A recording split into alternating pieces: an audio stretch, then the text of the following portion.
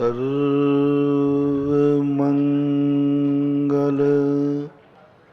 मांगल्यम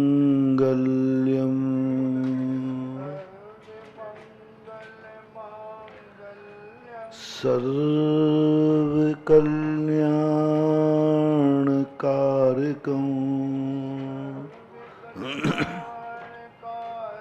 प्रधानं सर्वधर्माणां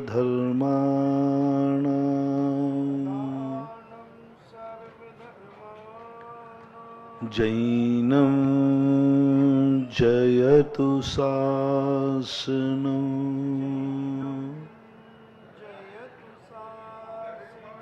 जैनं जयतु शासनम् जैनं जयतु शासनम्।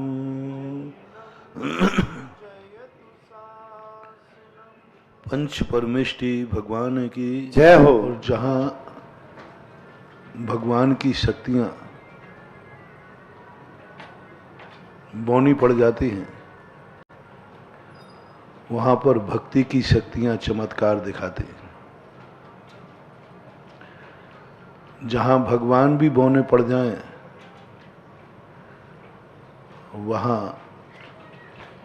भक्ति अपना चमत्कार दिखा दे। भगवान दूसरों के लिए वो असमर्थ पद है या वस्तु है जो दूसरों के लिए कुछ नहीं कर सकते। भगवान एक ऐसी शक्ति है, सर्वशक्तिमान होकर के भी दूसरों के कार्य करने में पूर्णतः शक्तिहीन है। किंचित मात्र भी वो दूसरे के किसी काम में नहीं आते, विचार ही नहीं करते, जो हमने 2 दिन पहले बताया था।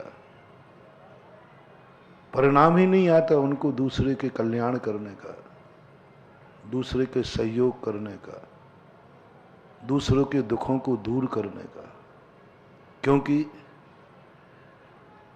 वो अपने आप में इतने आनंद में चले गए कि अब उन्हें बाहर की कुछ पड़ी नहीं। वो इतने बड़े आदमी बन गए कि वे छोटों से संबंध क्यों बनाएंगे। अपन लोग सोच रहे हैं कि भगवान हमसे संबंध बना लें। कल अपन ने उदाहरण समझा था, कोई भी बड़ा आदमी छोटों से संबंध बनाना नहीं चाहता। तो भगवान भी तो बहुत बड़े हैं, वो हमसे संबंध क्यों बनाएंगे। संबंध बनाया जाता है अपने बराबरी वालों से, संबंध बनाया जाता है अपनों से बड़ों से, अपनों से छोटों से संबंध नहीं बनाए जाते। अपने से छोटों से तो व्यक्ति जितना बचना चाहता है, बचने का प्रयास करता है। नीति है। कुंद भगवान ने भी यही नीति कही, अपने से हीन गुण वाले की कभी संगति मत करना, अपने से हीन विचार वालों की संगति मत करना, नहीं तो तुम भी हीन गुण वाले हो जाओगे। अच्छा आदमी यदि बुरे आदमियों की संगति करेगा तो अच्छा होगा कि बुरा। अच्छा यदि आदमी पापियों के बीच में बैठेगा तो प्रशंसा मिलेगी कि निंदा। दूध पीने वाला यदि शराब की दुकान पर दूध पिएगा तो बदनाम ही होगा। इसलिए अच्छे आदमी से कहा, तुम हीन गुण वालों से कभी संपर्क मत रखना, हीन गुण वालों से संबंध मत बनाना। शेर का बच्चा भी यदि भेड़ों के साथ रहने लग जाए तो भेड़ों में शेर के संस्कार नहीं आते हैं, शेर के बच्चे में भेड़ के संस्कार आ जाते हैं। हमेशा संगति करते समय एक बात का ध्यान रखना है, अपन से हीन गुण वाला तो नहीं है, अपन से कमजोर तो नहीं है, अपन से पुण्यहीन तो नहीं है, यदि कमजोर है, पुण्यहीन है, गुणहीन है, स्वप्न में भी ऐसे व्यक्ति की संगति करने का प्रयास मत करना। न ऐसे व्यक्ति के साथ बैठना, उठना, बोलना, बालना, चालना, सब अपनी इज्जत खराब करना है। नीति है। मुनियों तक को नीति कह दी कि हे श्रमण, तू अपने साधर्मियों में भी हीन श्रवण से संगति मत करना। यदि हीन श्रवण से संगति करेगा तो तू अच्छा होकर के भी बुरे की गिनती में आएगा। दुनिया तुझे भी यही समझेंगे, ये भी इसमें शामिल है। संगति करना है तो अपने से बड़ों की संगति करना, अपने से जो अधिक गुणवान हो, समृद्धशाली हो, पुण्यवान हो, पवित्र हो, पावन हो, सब कुछ शक्ति हो उनके पास। देखो, बहुत बड़ी बात है महानुभाव। धन है और पावनता नहीं है तो वो धन नाश का कारण बनता है। धन है लेकिन दानशीलता नहीं है तो वह धन तुम्हारा नाश करेगा। सुंदरता है, रूप लावण्य है, लेकिन पवित्रता नहीं है तो स्व और पर का घात करेगा। चाहे सुंदर पुरुष हो अथवा सुंदर स्त्री हो, यदि उसमें पवित्रता आ जाए, पावनता आ जाए, तो समझ लेना चाहिए कि वो बहुत बड़ा कार्य कर सकता है। जैसे सीता के पास सुंदरता भी थी और पवित्रता भी थी, आज सारे जगत के लिए आदर्श नारी बन गई। कोई कुछ नहीं बिगाड़ पाया। सुंदरता बुरी चीज नहीं है, पवित्रता होना चाहिए। पवित्रता यदि हो गई तो वह पवित्रता तुम्हारे लिए सारे जगत में तुम्हारी पूजा करा देगी उसी सुंदरता की। इसी प्रकार धन है लेकिन दानशीलता नहीं है, वही धन तुम्हारे लिए सारे जगत में पुजवा सकता है।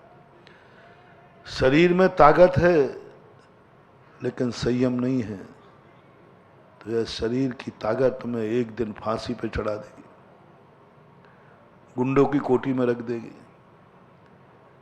शरीर में ताकत है और संयम है तो सारे जगत में तुम्हारी पूजा हो जाएगी। सारे जगत में ताकत है लेकिन संयम है। आंख है और उसका संयम है। हमारे आचार्य महाराजों ने, जिनवाणी ने इंद्रियों को बुरा नहीं कहा। ये नहीं कहा कि तुम अपनी आंखें फोड़ लो, तुम अपने कान फोड़ लो। उन्होंने कहा बस इंद्रियों का तुम संयम धारण कर लो, आंख का संयम कर लो, बस कुछ नहीं। आंख बुरी कहां है? कानों का संयम, रसना का संयम, सारे इंद्रियों का संयम कर लो। इंद्रिय बल, काय बल, वचन बल और मनोबल, यदि इनके साथ संयम आ जाए तो इस आत्मा के लिए इतने उपकारी है कि एक दिन वो त्रिलोकी नाथ बना सकते, जगत पूज्य बना सकते। और संयम का अभाव है और इनमें बल है तो रावण जैसी दुर्गति भी भेज सकते हैं, कंस जैसे आताताई भी दुर्गति जा सकते हैं। बल तो था लेकिन संयम नहीं था, शक्ति तो थी। रावण ने मरते समय रावण से, रामचंद्र जी से एक ही बात पूछी। जब लक्ष्मण उनके पास पहुंचे तो बोले तुम्हारे भाई ने मेरे पास शिक्षा लेने तो भेजा, लेकिन एक प्रश्न का जवाब तुम अपने भाई से पूछ कर दो कि मैं शक्ति में ज्यादा था फिर भी मैं हार गया, मैं उम्र में ज्यादा था फिर भी मैं हार गया, धन वैभव में मैं ज्यादा था फिर भी मैं हार गया, सेना मेरी ज्यादा थी फिर भी मैं हार गया, लंका मेरी थी फिर भी मैं हार गया। युद्ध लंका में हुआ था कि अयोध्या में? तो जिसके घर में युद्ध हो उसकी ताकत तो वैसे ही चौगनी हो जाती है, क्योंकि सब सुविधाएं हैं।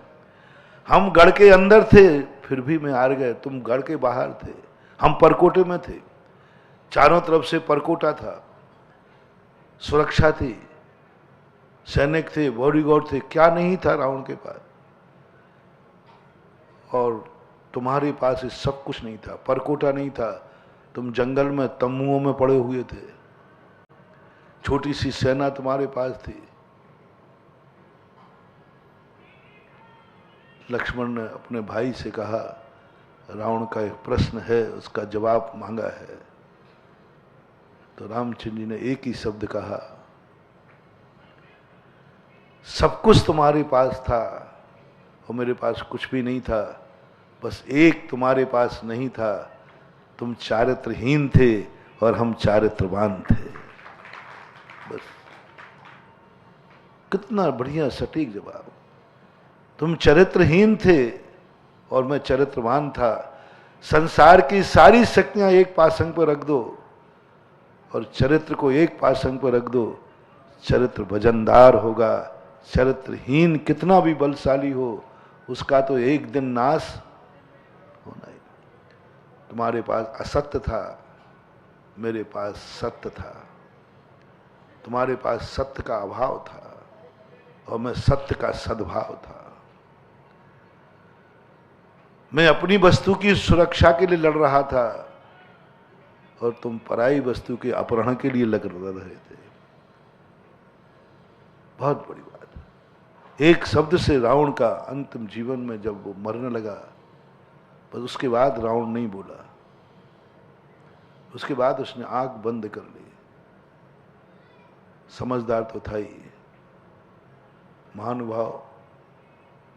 अपन लोगों को इस बात से शिक्षा लेना है कि सारी शक्तियां यदि कमजोर भी हैं और संयम और चरित्र अपने पास है तो सारी शक्तियां भी बौनी पड़ जाएंगी और संयम की और धर्म की विजय होगी। तो हमारे जीवन में हमें विचार करना है कि कोई चीज बुरी नहीं है, बस उस पर एक अंकुश चाहिए। किसी वस्तु को देखना बुरा नहीं है, ताकना बुरा है। देखो भालो तको मत। देखना तो आत्मा का स्वभाव है, लेकिन ताकना बुरी दृष्टि है। हम किसी वस्तु को ताकते हैं, देखते नहीं हैं। इसका प्रमाण क्या है?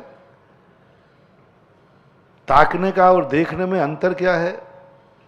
देखने वाला वस्तु को देखेगा, नियम से अच्छी और बुरी कहेगा, ये मुझे नहीं चाहिए, ये मुझे चाहिए। या तो परिहार का भाव आएगा और या ग्रहण का भाव आएगा। समझ लेना आप वस्तु को देख नहीं रहे हैं, वस्तु को ताक रहे हैं। चाहे भली छोड़ने का भाव आवे। और आत्मा का स्वभाव क्या है? ज्ञायक स्वभाव। बस देखो, अच्छे बुरे की कल्पना नहीं आना चाहिए। कौन यहां तक भी कल्पना भूल जाए ज्ञायक स्वभावी, क्या अच्छा है और क्या बुरा है, मात्र ज्ञायक स्वभावी रह जाए, तटस्थ रह जाए। सत्य और असत्य, न्याय अन्याय से बहुत ऊपर उठ जाए, तब वो ज्ञायक स्वभावी। ज्ञायक स्वभावी लोग मजाक समझते हैं। ज्ञायक स्वभाव जब प्रकट होता है, सत्य और असत्य से बहुत परे हो जाता है। भक्त और भगवान की सीमाएं भी लांघ देता है। मोक्ष और संसार के बंधन भी उसे कोई फर्क नहीं पड़ता। न वो मोक्ष में है न संसार में है। उसे पता ही नहीं कि मोक्ष क्या है, संसार क्या है। उसे पता ही नहीं कि सिद्ध क्या है और निगूढ़ क्या है। वो तो कहता है बस। कौन मुनि, कौन श्रावक, कौन पिता, कौन बेटा, कौन सुख और दुख दोनों से। मैं सुखी दुखी, मैं रंग के राव, मेरे धन ग्रह गोधन प्रभाव, मेरे सुततिय में सबल दीन, बेरूप सुभग मूरख प्रवीण। तन उपजत अपनी उपज जान, तन नसत आपको नासवान। कितनी बड़ी बात है। राग आदि भाव प्रगट देन, ऐसा कुछ आगे आया। इनको गिनत चैन, इनको ही गिनता रहता, मैं सुखी हूं, मैं दुखी हूं। गायक स्वभावी को सुख और दुख की सीमाएं भी पार हो जाता है। सुख और दुख भी नहीं, सुख भी नहीं। यदि हमें सुख की अनुभूति हो रही है, हम गायक स्वभाव में नहीं। मेरे पास सब प्रकार सुख है, सुख का भी अनुभव नहीं होना चाहिए, दुख का भी अनुभव नहीं होना चाहिए, कोई दुख का अनुभव। घानी में पेल दिया तो ठीक है, पुष्पों की वृष्टि कर दी तो ठीक है, कांटा पैर में लग गया तो भी वैसे ही चाल, और नहीं लगी तो वैसे ही चाल। एक महाराज का वर्णन आता है, जिन कल्पी महाराज का, कि वो चल रहे, पैर में कांच लग गया, उनकी चाल में रंच मात्र भी अंतर नहीं आया, रंच मात्र भी अंतर नहीं आया। खून बह रहा है, कांच पैर में है, कोई अंतर। गायक स्वभाव, गायक स्वभाव मात्र विचारों में नहीं, गायक स्वभाव आचरण का मामला है बंधु। मात्र यदि अपन कहें गायक स्वभाव, गायक स्वभाव, गायक स्वभाव, नहीं। गायक स्वभाव का अर्थ शुद्ध आचरण। पैरों में गायक स्वभाव, पैरों में आ गायक स्वभाव, बराबर कांटा लग गया, पैरों में गायक स्वभाव, ज्यों का त्यों। आंख खुली है, किरकिरी चली गई, आंख का पलक नहीं झपकेगा, आंखों का गायक स्वभाव। अपने तो थोड़ी सी चली जाए, चल यानी कुछ नहीं चला जाए, 1 मिनट को खोल के बैठ जाए तो इतने में क्या हो जाए, आंखों में जलन हो जाएगी। अपन 2 मिनट ऐसे बैठ जाए ना तो झपकाने का भाव आ जाता। वे महामुनिराज, आंखों का गायक स्वभाव। सूर्य को देखते हैं तो शाम तक अपलक देखते जाते हैं, झपकती नहीं पलक। धूल भी चली जाए, कांटा भी चले जाए, मिर्ची भी डाल दो, तेजाब भी डाल दो, फूट जाए आंख, चाहे जैसे रह जाए, आंख झपकेगी नहीं। देख रहे हैं, देख रहे हैं। ऐसे महाराज का वर्णन मिलता है। सुबह उठ करके उन्होंने आंख खोली और एक बार भी नहीं झपकाई, आंख पूरे सूर्य को देखते रहे। हालांकि ये बाह्य एक स्वभाव समझा रहा हूं, बाह्यता है, अंतरंग में यानी उनके परिणाम ऐसे। आंख का गायक स्वभाव, गायक स्वभाव, कुछ नहीं देख रहे हैं, पलक झपक नहीं रहा है। कानों का गायक स्वभाव, आ रहा है शब्द, आ रहा है, अच्छा बुरा दोनों आ रहे हैं, शब्द हैं। गायक स्वभाव। साधना कर सकता है व्यक्ति।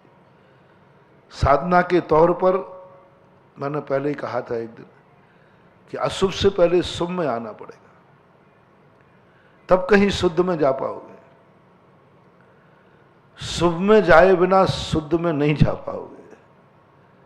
पहले तो हमें एक कला सीखना है इस गायक स्वभाव की तरफ जाने के लिए, कि जो जो हमारे अशुभ हैं उनको हमें शुभ मानना है। जो जो अशुभ है, जो जो अपन को अनिष्टकारी है, वे सब मुझे इष्टकारी लगने लग जाए।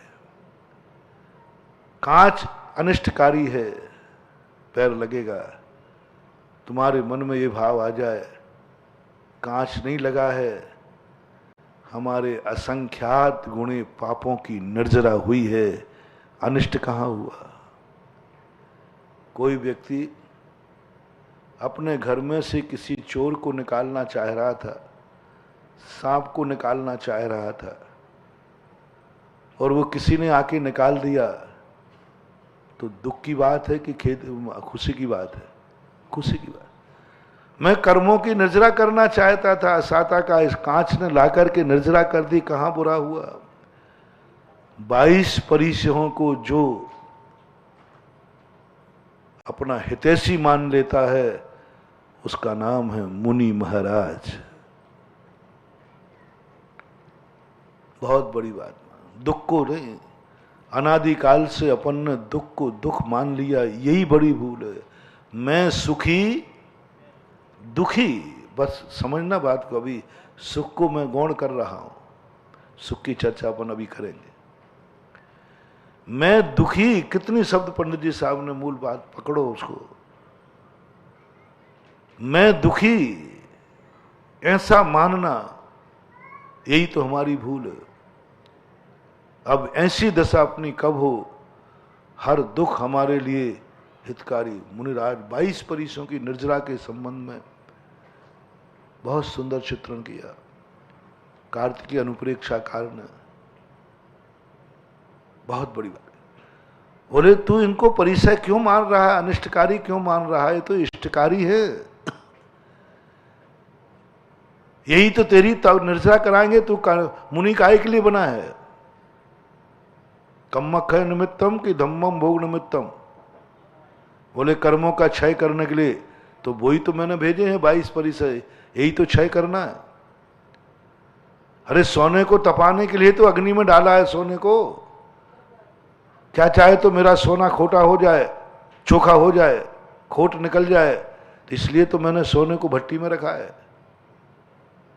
और अपन लोग मानते हैं कि उपसर्ग और परिसय हमारे पाप कर्म का उदय। मैंने कौन से पाप किए, मैंने कौन से पाप किए कि मेरे जीवन में दुख ही दुख है। बस यही तो मिथ्यात है। ये वो गृहीत मिथ्यात की बात नहीं कर रहा हूं, मैं ज्ञायक स्वभाव से गिरने वाले की बात कर रहा हूं। और धीरे धीरे यही हमें मिथ्यात की तरफ ले जाएगा। जब जब हमारे मन में ये भाव आवे,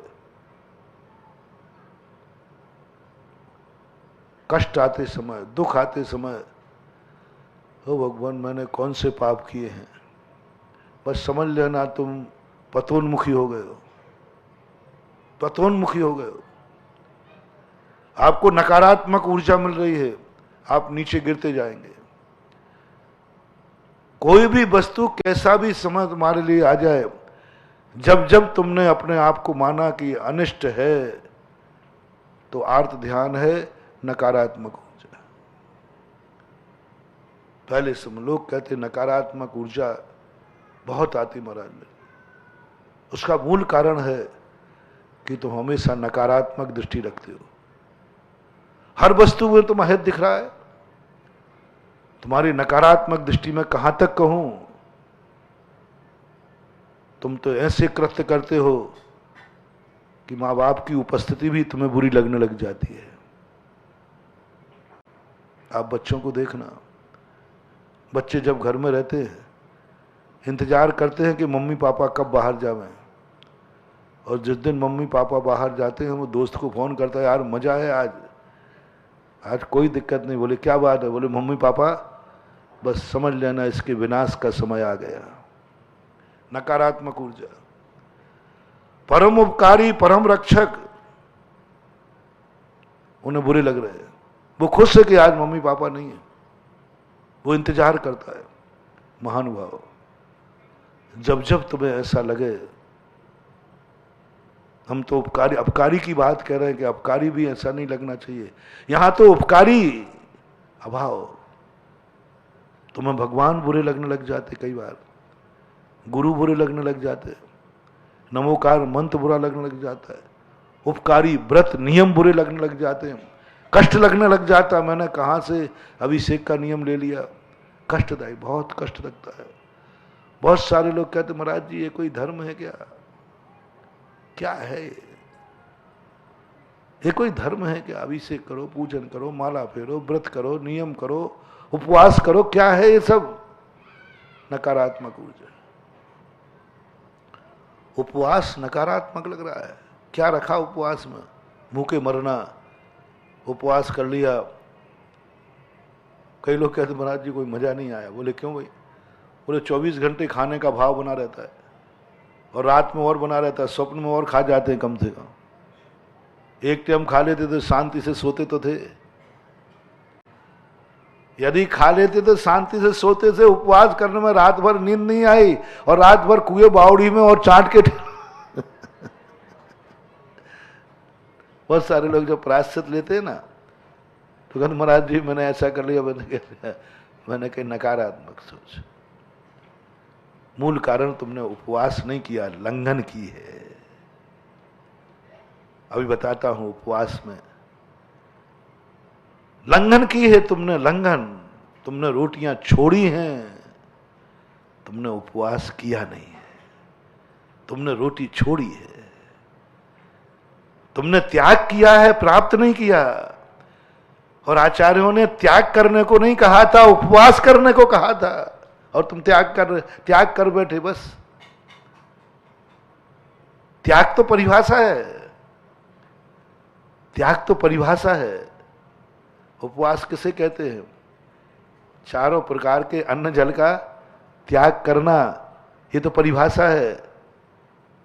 अनुभूति तो उपवास की होना चाहिए, त्याग की नहीं। अनुभूति उपवास की होना चाहिए, त्याग की नहीं। हमें त्याग की अनुभूति होती है, हम फेल हो जाएंगे। हमें त्याग की अनुभूति हो रही। मुनिव्रत किसे कहते हैं? 24 प्रकार के परिग्रह का त्याग। वो कभी मुनि नहीं बन पाएगा। परिभाषा है ये कि परिग्रह से रहित मुनिराज होते हैं, लेकिन मुनि का अर्थ त्याग नहीं है। मुनि का अर्थ अपनी अंदर गुप्ती में लीन होने का नाम। त्याग कहाँ है मुनि में? ये तो परिभाषा है, ये तो समझाने की भाषा है, ये तो स्यादवाद है, ये तो कथन की शैली है, सत्य नहीं है। अहिंसा क्या है? हिंसा नहीं करने का नाम अहिंसा नहीं है बंधुओं। धर्म राग द्वेष की निर्वृत्ति का नाम नहीं है। धर्म वीतरागता का नाम है। ये तो परिभाषा है कि राग द्वेष वीतराग की परिभाषा कैसे बनाऊं? क्योंकि परिभाषा नास्ति के बिना बनेगी नहीं बंधुओं। इसलिए अस्ति और नास्ति वस्तु का स्वरूप नहीं है, ये स्यादवाद के भंग है। थोड़ा विषय क्लिष्ट होगा, फिर भी समझना थोड़ा। अस्ति नास्ति ये जो है, ये वस्तु के स्वरूप नहीं है। वस्तु तो वस्तु है, बस वो ना तो अस्ति है ना नास्ति है, ना वक्तव्य है और ना अवक्तव्य है, ना स्याद अस्ति है ना स्याद नास्ति है। वस्तु तो वस्तु है। इसलिए स्यादवाद जो है, जो सप्तभंगी है, ये वस्तु का स्वरूप नहीं है, ये तो कथन की शैली है, समझाने की शैली है। ये तो समझाने में आ रहा है। सत्य तो वो है, वस्तु वस्तु है बस। वस्तु का आनंद लेने वाले को ना तो अस्ति का भान होता है और ना नास्ति का भान होता है, ना वक्तव्य का भान होता है ना अवक्तव्य का भान होता है। वस्तु में ना वक्तव्य है ना अवक्तव्य है, ना अस्ति है ना नास्ति है। ये तो बस गुणों के सापेक्ष हैं। वस्तु तो वस्तु है। सत से भी ऊपर उठ जाओ, सत की भी अनुभूति नहीं। बस क्या है वो पकड़ने का प्रयास करना कठिन विषय है, समझाने में कठिन है, अनुभव में सरल है। जब तुम कोई चीज खाते हो, चरम आनंद पे हो, तो आनंद जो तुम्हें जब आता है, उसमें वस्तु रहती है कि गायब रहती है? इसका आनंद है गायब, कुछ नहीं, बस एक आनंद की अनुभूति। एक क्षण को क्रिया भी गायब, वस्तु भी गायब, गेय भी गायब, गायक भी गायब, दोनों गायब हो जाते, बस स्तब्ध रह जाता है। जहां ध्यान ध्याता, जहां ध्यान गे ज्ञाता, गे और ज्ञाता का भी भेद नहीं, गजब। जहां ज्ञान ज्ञाता गे का, जहां ध्यान ध्याता ध्येय तो है ही, जहां ज्ञान ज्ञाता और गे, ये भेद भी नहीं रहना चाहिए।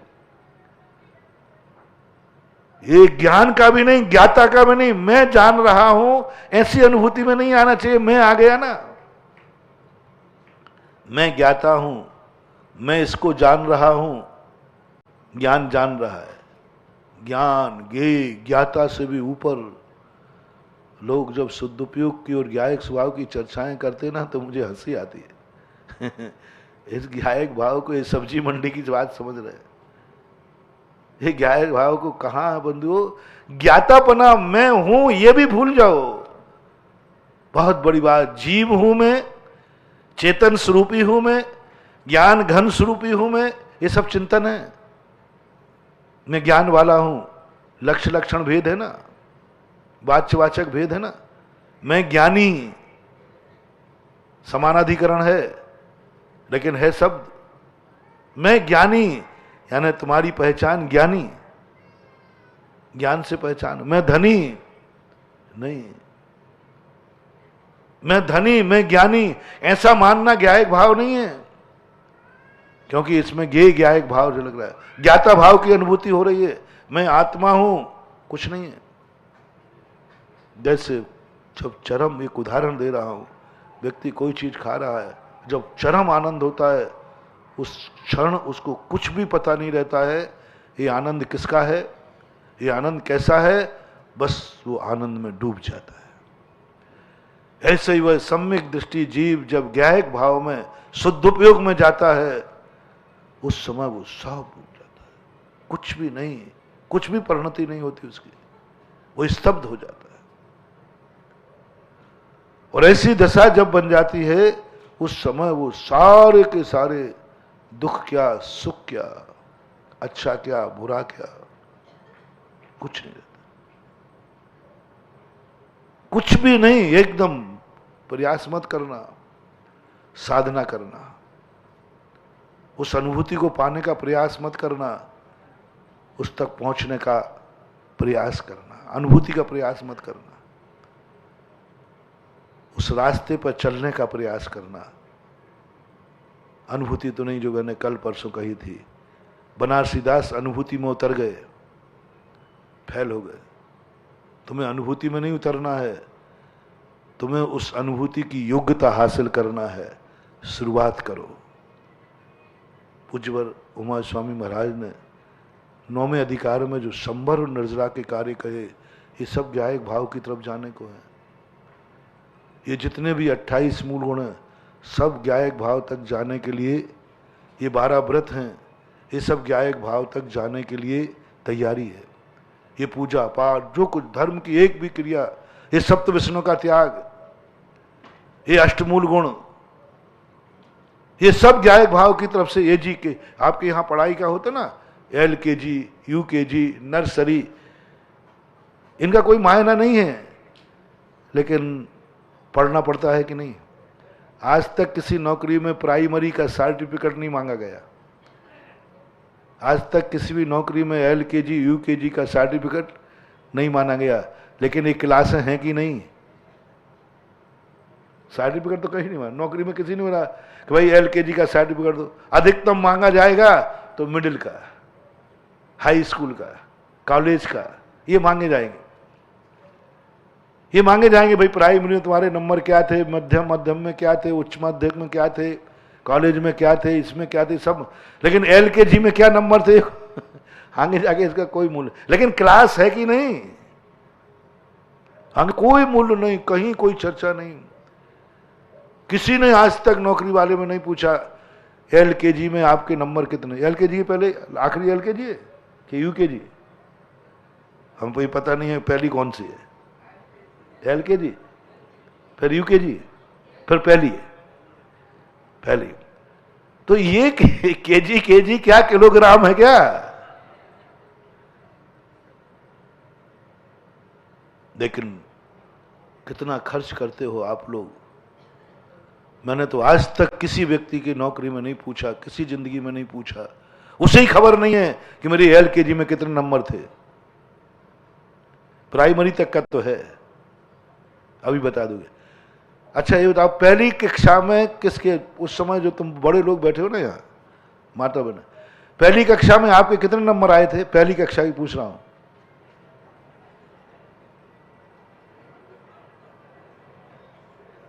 कोई नहीं बता पाएगा। प्राइमरी का बता दोगे फिर भी, क्योंकि वो बोर्ड का था ना। पहली कक्षा कोई नंबर ही पता नहीं, दूसरे के पता ही नहीं, तीसरे के पता ही नहीं, चौथी के पता नहीं, पांचवी के बाद फिर नंबर पता चलता है। अब सर्टिफिकेट संभाल के रखना है, क्योंकि ये काम आएगा। पूछा जाएगा, भाई प्राइमरी के नंबर बताओ, आप बोर्ड में कितने थे? लेकिन वो 4 क्लासें हैं कि नहीं, पहले ही बताओ। हैं। उस पर खर्च होता है कि नहीं? पैसे लगते हैं कि नहीं? सब लगता है। LKG में पढ़ने वाले को भी फीस लग रही, पैसा लग रहा है, सब कुछ लग रहा है, और आगे कोई काम नहीं आने वाली है। इसी प्रकार कई लोग कहते हैं महाराज जी आगे जाकर के ये रात्रि भोजन, इनकी कोई चर्चा ही नहीं है कहीं, समय सार में तो लिखा ही नहीं। महाराज जी आप लोग हम लोगों को बहुत परेशान करते हो। महाराज जी समय सार ग्रंथ में कहीं भी नहीं लिखा। महाराज जी अनुभूति की चीज है, वो अनुभव की चीज है, खाने की चीज है, अनुभव की चीज है, लेकिन वो लिखा ही नहीं कहीं। रात्रि भोजन छोड़ो, सप्तव्यसन छोड़ो, अष्टमूल गुण छोड़ो, पूजन करो, पाठ करो, अभिषेक करो, ये सब कहां लिखा महाराज बता दो। मैंने कहीं नहीं लिखा। मैंने कहा ये LKG भी कहां लिखी है बताओ भैया। घड़ा बनता है ना, घड़ा बनाने में गधे ने भी कोई सहयोग किया था कि नहीं किया था? पीठ पे मिट्टी लाया था, उसका नाम कहां रहता है? ये घड़ा कुमार का है। कुमार तक तो ठीक है, कुमार ने बनाया इतना ठीक है, गांव का नाम आ जाएगा कि ये ईंट कानपुरी ईंट है। लेकिन ये गधे की ईंट क्यों नहीं कहते भाई? और गधे ने कुछ किया है कि नहीं? गधे की मेहनत का कहीं उल्लेख नहीं होता, कहीं नहीं उल्लेख होता।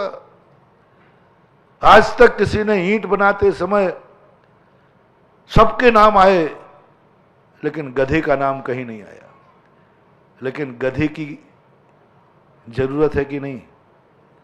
गधे ने कुछ किया है कि नहीं किया है? किया है, बहुत बड़ा काम किया।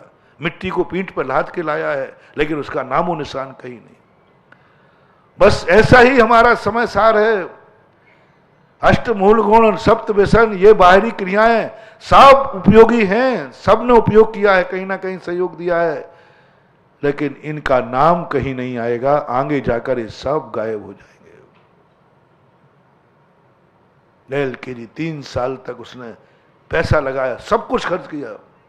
ऐसा ही तुम्हें ये LKG है, अष्टमूल गुण धारण करना, सप्त व्यसन त्याग करना, पूजन पाठ करना, ये सब पढ़ाई में 4ठी कक्षा तक हैं। सब ये 4ठी कक्षा तक हैं, इनकी कोई कीमत नहीं आगे जाकर के। और आगे जाकर के तो सम्यक दर्शन, ज्ञान, चारित्र की भी कोई कीमत नहीं। अकिंचित कर कह दिया रत्नत्रय को। छठे गुण स्थान वाले 28 मूल गुण की चर्चा ही नहीं करते। 28 मूल गुण की ये सब LKG में डाल दिए। चलो पहुंचो यहां पर, आगे आगे बढ़ना है, पीछे को छोड़ो मत। ये मत कहो कि इसमें क्या रखा है, क्या काम में आएगी LKG, क्या काम में आएंगे उपवास, क्या काम में आएंगे पूजा पाठ, क्या काम में आएंगे? काम में कुछ नहीं आना है। लेकिन इनके बिना भी आगे बढ़ने वाले नहीं हो। समय सार में कहीं प्राइमरी की चर्चा नहीं चलेगी। पूजा पाठ, क्रिया कानून चर्चा ही नहीं, करेगा भी नहीं। कलेक्टर का इंटरव्यू ले रहा है व्यक्ति कमिश्नर बनने का, बताओ कैसा रहेगा कि LKG आपने कितने नंबर प्राप्त किए, और इंटरव्यू काय का है? IPS, IAS ऑफिसर ने पूछ लिया LKG में आपके कितने नंबर थे। मुझे दिखता है कि जितने IAS ऑफिसर जाएंगे सब फेल होंगे, क्योंकि IAS ऑफिसर बनने के लिए तो जनरल नॉलेज बहुत पड़ता है, बहुत ज्ञान होता है IAS ऑफिसर को। इतना पड़ता है, बहुत ज्यादा, इतना सब कुछ पढ़ा। और कलेक्टर के इंटरव्यू में इतना ही पूछ लिया LKG में आपको कितने नंबर मिले थे। कितने इंटरव्यू देने आए हैं, उनमें से कितने पास होंगे? हर जनरल नॉलेज, राष्ट्रपति कौन है, विश्व का राष्ट्रपति, ये सब ज्ञान है, लेकिन उसको इतना ज्ञान नहीं है कि LKG किसे कहते हैं। सारे इंटरव्यू फेल हो गए। कौन से प्रश्न में? LKG के नंबर कितने, इतने में फेल हो गए, सब फेल हो गए। बाहर आके निकले तो बच्चे खड़े थे, क्या होगा, सब फेल हो गए। बोले क्या? बोले LKG के नंबर कितने थे पता नहीं है। एक बार बादशाह ने बीरबल से कहा, बीरबल दाढ़ी रखते थे, बोले तुम बताओ ये दाढ़ी में कितने बाल हैं, तुम दिन भर हाथ फेरते रहते हो। उन्होंने कहा साहब ये तो कौन गिनता है। बोले इससे सवाल नहीं, दाढ़ी तुम्हारी है, तुम्हें इतना बाल होना चाहिए। बीरबल ने कहा साहब बता दूंगा, आप तो ये बता दो कि आपके घर में जो दूसरी मंजिल की सीढ़ियां हैं उसमें कितनी सीढ़ियां हैं। राजा साहब से पूछा, वो तो आप प्रतिदिन 3-4 बार चढ़ते हो। बोले तो पता ही नहीं। जब राजा साहब आपको सीढ़ियों का पता नहीं जो 10-15 हैं, कोई ये चीजें की है क्या? आप LKG का नंबर पूछ रहे हो। उस विद्यार्थी ने LKG पढ़ी थी कि नहीं पढ़ी थी, नंबर आए थे कि नहीं, लेकिन बस महानुभाव, ये जितने बाहरी क्रियाएं हैं इनको LKG के समान पढ़ो। पढ़ना जरूरी है, लेकिन ये कोई काम में नहीं आएंगे आगे जाकर, लेकिन पढ़ना जरूरी है, इसके बिना काम नहीं चलेगा। ये सब चीजें कहने में आ रही हैं, ये सब त्याग त्याग त्याग। त्याग का नाम धर्म नहीं है, त्याग के बिना धर्म नहीं है। रोटी का त्याग जो मैं चर्चा कर रहा था, वो रोटी का त्याग, रात भर रोटियां ही रोटियां देखोगे, रात भर तुम रोटियां ही रोटियां देखोगे, क्योंकि तुमने क्या किया है? त्याग।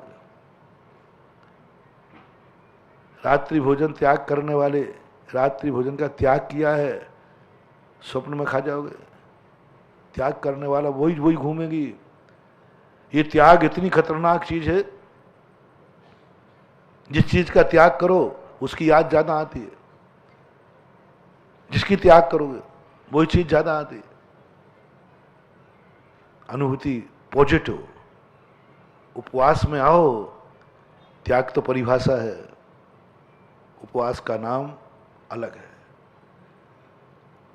उपवास शब्द अन्न जल के त्याग का अर्थ बता रहा है। अर्थ क्रिया बताओ उपवास की, परिभाषा नहीं पूछ रहा हूं।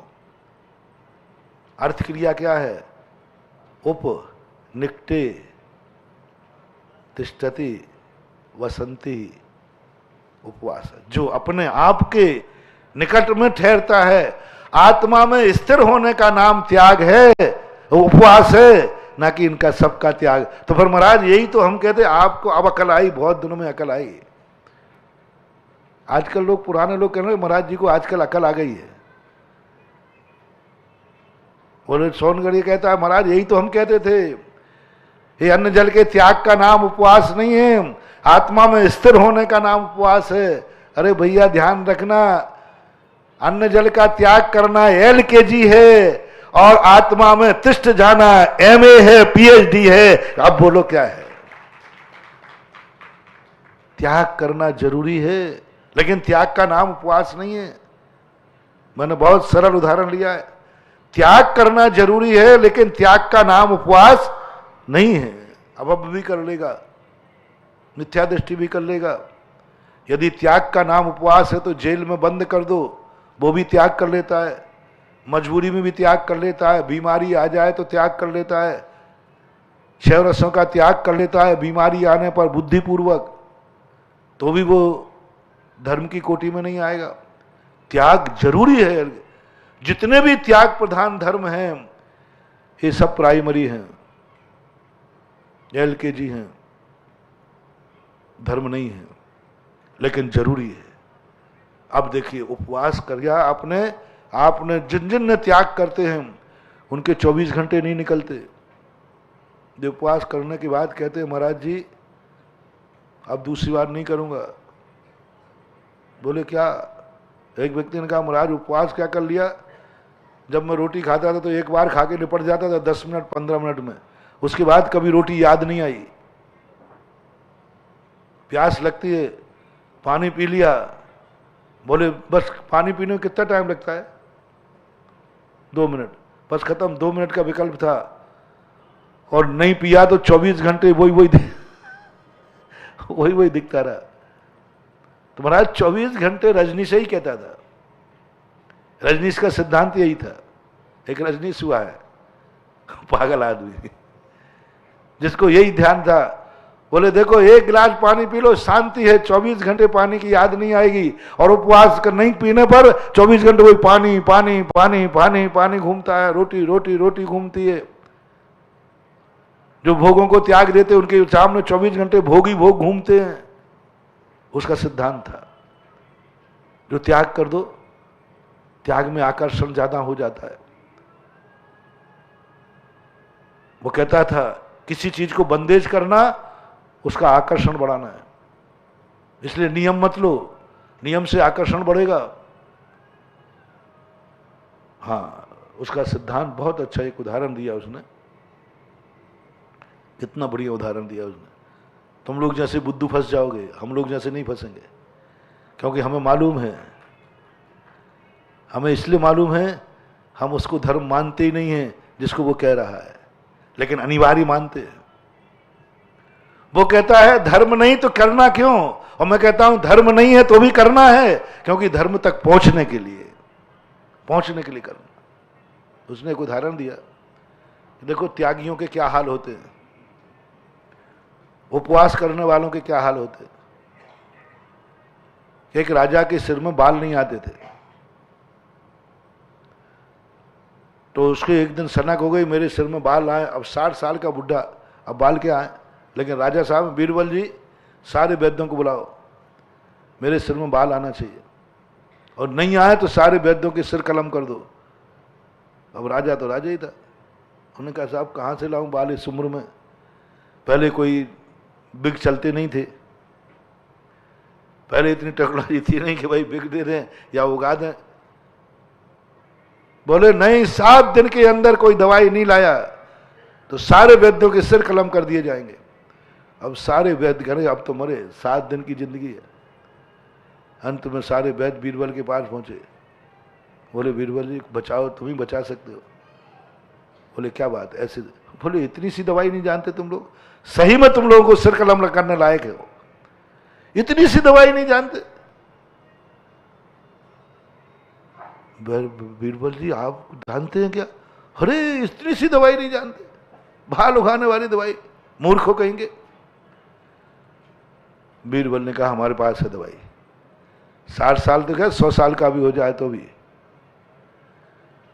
और एक शीशी अंदर से लाए भर करके, बोले जाओ ये राजा साहब को दे देना, लेकिन उनसे ये कह देना जब भी ये शीशी को उठावे खोले तो टूटी चप्पल और सड़े टमाटर याद नहीं आना चाहिए, नाम भी